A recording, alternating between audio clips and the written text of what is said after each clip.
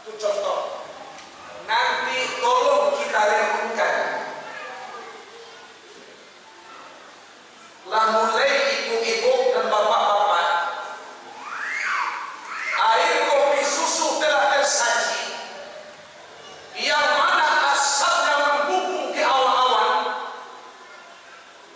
Mulai seekor semut menyelidiki atau mencari di manakah aroma air kopi susu.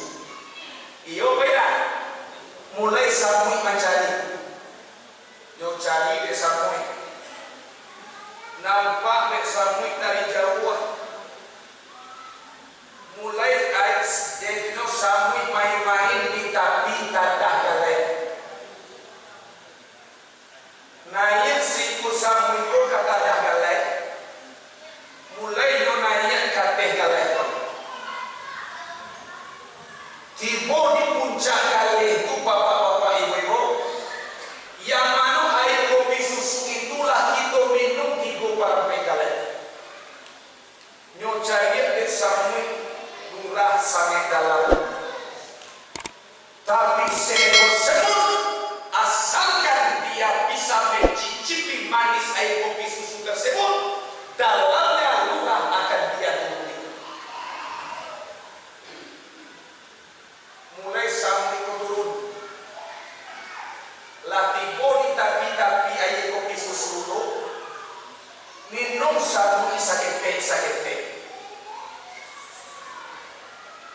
Mulai semut merasakan lezatnya manis kopi susu. Terbuai manisnya, terbuai lezatnya manis kopi susu tersebut. Kaki yang dimungkul talape, kaki yang dibalak kampung talape, sampai barangan di dalam air kopi. Lezatnya maksudnya apa tuh? Karena yang sedikit, semut lupa dirinya akan sengsara.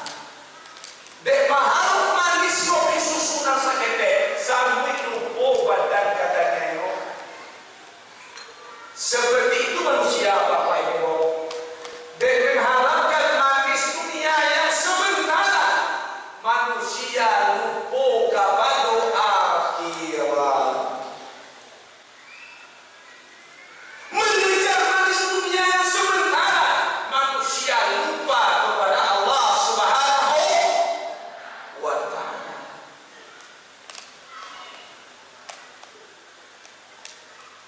Jangan dunia ini kita benturkan.